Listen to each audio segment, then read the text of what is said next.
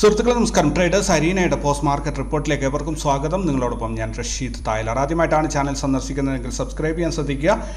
Subscribe ചെയ്യുന്ന ഒരു 100 പേരിൽ നിന്നും ഒരാളെ വിജയിയായി സെലക്ട് ചെയ്തുകൊണ്ട് ഞങ്ങളുടെ പ്രീമിയം ഗ്രൂപ്പിൽ ഒരു മാസത്തെ ഫ്രീ സബ്സ്ക്രിപ്ഷൻ നൽകുന്നുണ്ട്. പിന്നെ കഴിഞ്ഞ ആഴ്ചയിൽ നമ്മൾ 5 പേരെ വിജയികളായി തിരഞ്ഞെടുത്തിരുന്നു. അവർക്കുള്ള മെമ്പർഷിപ്പ് ഇതുവരെയും ഡിസ്ട്രിബ്യൂട്ട് ചെയ്തിട്ടില്ല. വളരെ പെട്ടെന്ന് അത് ചെയ്യുന്നതായിരിക്കും. ന്യൂ ഇയറിൻ്റെ പ്രൊമോഷൻസ് നടക്കുന്നത് കൊണ്ട് തന്നെ ആ സമയത്തേക്ക് ഒന്ന് ഹോൾഡ് ചെയ്തതാണ്. തീർച്ചയായിട്ടും അവർക്കുള്ള അവരുടെ സമ്മാനങ്ങൾ ഈ ആഴ്ച തന്നെ ഡിസ്ട്രിബ്യൂട്ട് ചെയ്യുന്നതായിരിക്കും.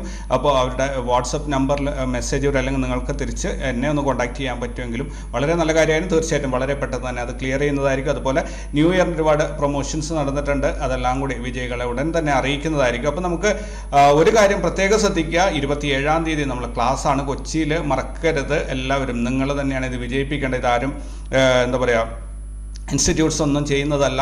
നമ്മളെല്ലാവരും കോസ്റ്റ് ഷെയർ ചെയ്തിട്ട് ഒരു ഗെറ്റ് ടുഗദർ പോലെ നടത്തുന്നു. അതിനകത്ത് മനോഹരമായ ഒരു ക്ലാസ് കൂടി ഉൾപ്പെടുത്തിയിരിക്കുന്നു എന്ന് മാത്രം. അപ്പോൾ എല്ലാവരും വരുന്നവരായാലും വരാത്തവരായാലും മാക്സിമം നിങ്ങളുടെ കോൺട്രിബ്യൂഷൻ ഉറപ്പുവരുത്തുക. നമുക്ക് ഗ്ലോബൽ മാർക്കറ്റ് നോക്കാം. ഗ്ലോബൽ മാർക്കറ്റിലേക്ക് വരികയാണ്. US മാർക്കറ്റ് ഒരു സമ്മിശ്ര പ്രതികരണമാണ്. ഇന്നലത്തെ ക്ലോസിംഗ് ആണ്. ഇന്ന് ഇതുവരെ ഓപ്പൺ ആയിട്ടില്ല. യൂറോപ്യൻ മാർക്കറ്റ് ക്ലിയർലി ബെയറിഷ് ആയിട്ടാണ് പോയിക്കൊണ്ടിരിക്കുന്നത്. ഏഷ്യൻ മാർക്കറ്റിലേക്ക് വരുവാണെങ്കിൽ ഗിഫ്റ്റ് നിഫ്റ്റി ഇപ്പോൾ 17 പോയിന്റ് റെഡിലാണ് പോയിക്കൊണ്ടിരിക്കുന്നത്. 21,683 ട്രേഡിംഗ് നടക്കുന്നത്. ഒട്ടുമിക്ക ഏഷ്യൻ മാർക്കറ്റിലെ ഇൻഡെക്സുകളും ബെയറിഷ് ആയിട്ടാണ് പോകുന്നത്. അതായത് വേൾഡ് മാർക്കറ്റിലെ ഓവറോൾ സെന്റിമെന്റ്സ് ബെയറിഷ് ആണ് എന്ന് തോന്നുന്നു. ക്രൂഡ് ഓയിലിന്റെ പ്രൈസ് $73.31 വർദ്ധിച്ചിട്ടുണ്ട്. ഗോൾഡ് റേറ്റ് കുറയാണ് ചെയ്തിട്ടുള്ളത്. $2031.62. USD INR റേറ്റ് നോക്കുകയാണെങ്കിൽ ഇന്ത്യൻ രൂപയുടെ നില ഒരു പരിധി വരെ മെച്ചപ്പെട്ടു വരുന്നുണ്ട്. 83 രൂപ 3 പൈസയാണ് ഒരു US ഡോളറിന്റെ ഇന്നത്തെ വിനിമയ നിരക്ക്. ഇനി ഇൻസ്റ്റിറ്റ്യൂഷണൽ ഡാറ്റ നോക്കുകയാണെങ്കിൽ ഫോറിൻ ഇൻസ്റ്റിറ്റ്യൂഷൻ ഇൻവെസ്റ്റേഴ്സ് 9,621 കോടിയുടെ ബൈങ്ങും 11,343 കോടിയുടെ സെല്ലിംഗ് നടത്തിയത് വഴി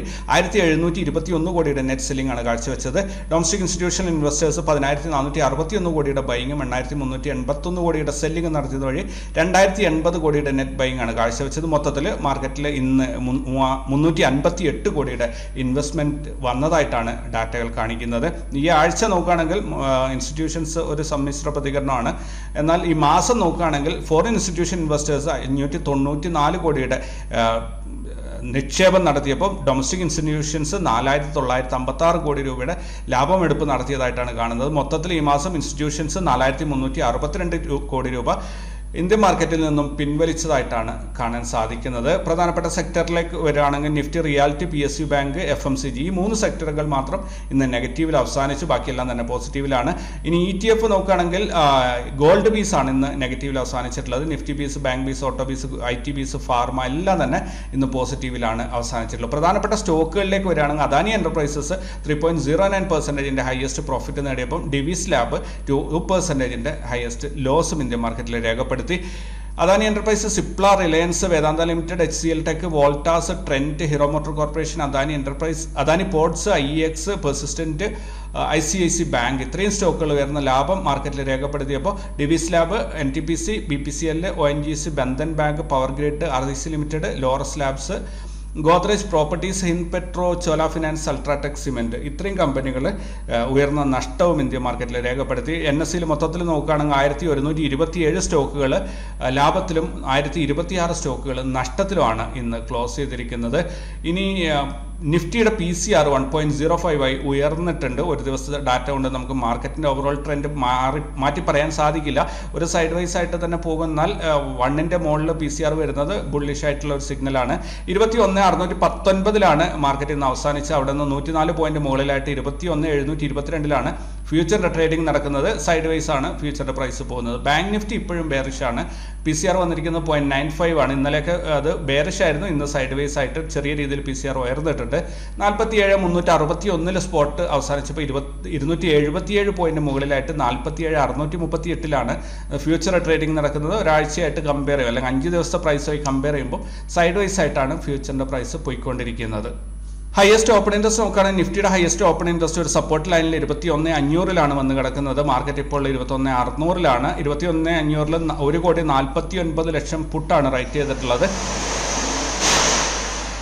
ബാങ്ക് നിഫ്റ്റിയുടെ ഹയസ്റ്റ് ഓപ്പൺ ഇൻട്രസ്റ്റ് നോക്കുകയാണെങ്കിൽ അതും ഒരു സപ്പോർട്ട് ലൈനിലാണ് വന്ന് കിടക്കുന്നത്. 47,300 ഹയസ്റ്റ് ഓപ്പൺ ഇൻട്രസ്റ്റ് വന്നിരിക്കുന്നത്. 1,27,00,000 പുട്ടാണ് റൈറ്റ് ചെയ്തിട്ടുള്ളത്. മൊത്തത്തിൽ 4,02,00,000 കോളും 3,86,00,000 പുട്ടുമാണ് റൈറ്റ് ചെയ്തിട്ടുള്ളത്. PCR വരുന്നത് 1 ആണ്. മാർക്കറ്റ് ക്ലോസ് ചെയ്തിരിക്കുന്നത് 47,360 നാളെ റിസൾട്ട് വരുന്ന പ്രധാനപ്പെട്ട കമ്പനികൾ നോക്കുകയാണെങ്കിൽ Tata consultancy, TCS, Infosys, HDFC, AMC, GTPL, Hathway, Panch Paisa capital, Raju engineers, AGI infra, Plastiblends India, Kenvi jewels, Gujarat hotels, Sanginita chemicals, Vijay textiles, അങ്ങനെ പിന്നെയുള്ളതൊക്കെ കുറേ പെന്നി സ്റ്റോക്കുകളാണ്. 20 രൂപയും 10 രൂപയൊക്കെ വിലയുള്ള കുറേ പെന്നി സ്റ്റോക്കുകളാണ്. പ്രധാനപ്പെട്ട സ്റ്റോക്കുകൾ ഞാൻ വായിച്ചതൊക്കെ തന്നെയാണ്. ഇനി നാളെ വരാനുള്ള ഗ്ലോബൽ ഇവൻറ്റ്സ് നോക്കുകയാണെങ്കിൽ UK RICS house price balance, then ECB economics bulletin, US continuing jobless claims, US initial jobless claims, US CPI, US 30-year bond auction, US federal budget balance, US Fed's balance sheet. ഇത്രയും ഈവൻറ്റുകളാണ് world wide ആയിട്ട് നാളെ വരാനുള്ളത്. ഇനി ഞങ്ങളുടെ ട്രേഡുകൾ നോക്കുകയാണെങ്കിൽ ഞങ്ങൾ ഇന്ന് 2,711 രൂപയുടെ അഥവാ 0.45% ലോസിലാണ് ഇന്ന് അവസാനിപ്പിച്ചത്. 19 ട്രേഡുകളാണ് ഇന്ന് ചെയ്തത്. നിഫ്റ്റിയിൽ 4.2% ലോസാണ് ഉണ്ടാക്കിയത്. ബാങ്ക് നിഫ്റ്റിയിൽ 1.6% പ്രോഫിറ്റ് വന്നു. ഫിൻ നിഫ്റ്റിയിൽ ബ്രേക്ക് ഈവൻ ആയി, ഒന്നും പ്രോഫിറ്റിൽ, അതായത് 408 രൂപ ലോസാണ്. മിഡ് ക്യാപ്പിൽ 1.17% പ്രോഫിറ്റ് ഉണ്ടായി. സെൻസെക്സിൽ 4.3% ലോസാണ്. ദെൻ സ്റ്റോക്ക് ഓപ്ഷനിൽ ഇന്ന് പ്രോഫിറ്റിലേക്ക് വന്നിട്ടുണ്ട്. 3.4% പ്രോഫിറ്റാണ് വന്നിരിക്കുന്നത്. ഈ മാസം മൊത്തത്തിൽ നോക്കുകയാണെങ്കിൽ നിഫ്റ്റി പോക്കാണ്. ഈ മാസം മൊത്തത്തിൽ ഞങ്ങൾ 5.9% പ്രോഫിറ്റാണ് എടുത്തിട്ടുള്ളത്. നിഫ്റ്റി 9.5% ലോസിലാണ്. ബാങ്ക് നിഫ്റ്റി 8.5% പ്രോഫിറ്റാണ്. ഫിൻ നിഫ്റ്റി 13.6% പ്രോഫിറ്റിലാണ്. മിഡ് ക്യാപ്പ് 26% പ്രോഫിറ്റിലാണ്. സെൻസെക്സ് ബ്രേക്ക് ഈവനായി നിൽക്കുകയാണ്. സ്റ്റോക്ക് ഓപ്ഷൻസിൽ 3.2% ലോസാണുള്ളത്. മൊത്തത്തിൽ ഞങ്ങൾ 6 ലക്ഷം രൂപ ക്യാപിറ്റലാണ് ഈ ഫസ്റ്റിൽ പറയുന്ന എമൗണ്ട്, അതായത് 6 ലക്ഷം രൂപ ക്യാപിറ്റലിൻ്റെ 6% പ്രോഫിറ്റാണ് ഉണ്ടാക്കിയിരിക്കുന്നത്. ദെൻ ഓരോ ഇൻഡെക്സിലും 1 ലക്ഷം രൂപയുടെ ക്യാപിറ്റൽ വെച്ചാണ് ട്രേഡ് ചെയ്യുന്നത്. ഇന്ന് ബാങ്ക് നിഫ്റ്റിയുടെ എക്സ്പയറി ആയിരുന്നു. അപ്പോൾ റാസ് ലെവൽസ് ബാങ്ക് നിഫ്റ്റിയിൽ എങ്ങനെ പെർഫോം ചെയ്തു എന്ന് നോക്കുകയാണെങ്കിൽ കാര്യമായിട്ട് പെർഫോമൻസ് ഒന്നും ഇന്ന് ഉണ്ടായിരുന്നില്ല അല്ലേ.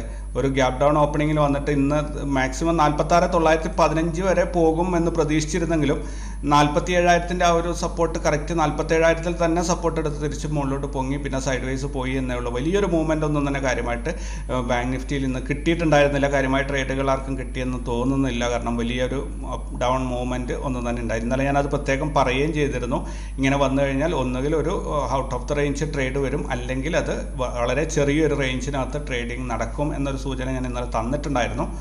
സോ അതുപോലെ റേഞ്ച് ബോണ്ടായിട്ട് ഇന്നൊരു ദിവസം പോയി. ഇനി നമുക്ക് ഓവറോൾ മാർക്കറ്റിൻ്റെ ട്രെൻഡ് നോക്കുകയാണെങ്കിൽ നിഫ്റ്റിയിൽ ഇപ്പോൾ എന്താ പറയുക, നിഫ്റ്റിയിൽ കൃത്യമായ ഒരു എന്ത് സംഭവിക്കും എന്നും പറയാൻ പറ്റാത്ത ഒരു സാഹചര്യത്തിലാണുള്ളത്.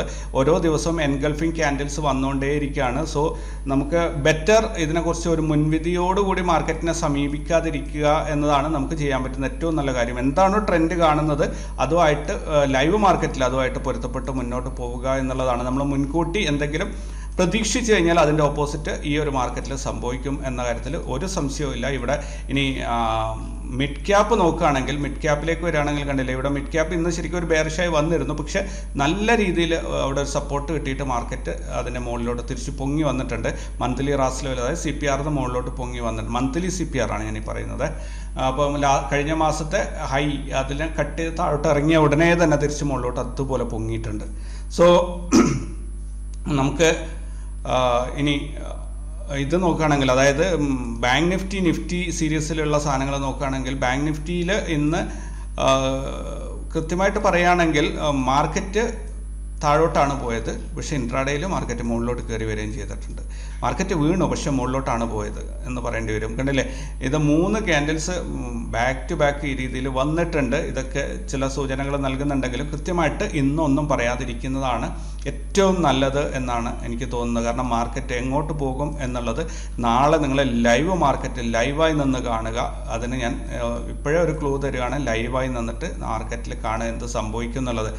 അപ്പോൾ ഈ ഒരു മാർക്കറ്റിൽ ഈ ഒരു സിഗ്നലിൽ ഇതിപ്പോൾ കുറേ ദിവസമായിട്ട് ഇതിപ്പോൾ ഞാൻ നോക്കുന്നത് ഫിൻ സർവീസസ് ആണ്. ഈ രീതിയിലൊരു ഫ്ലാഗ് ഫോർമേഷൻ വന്നുകൊണ്ടിരിക്കുന്നുണ്ട്.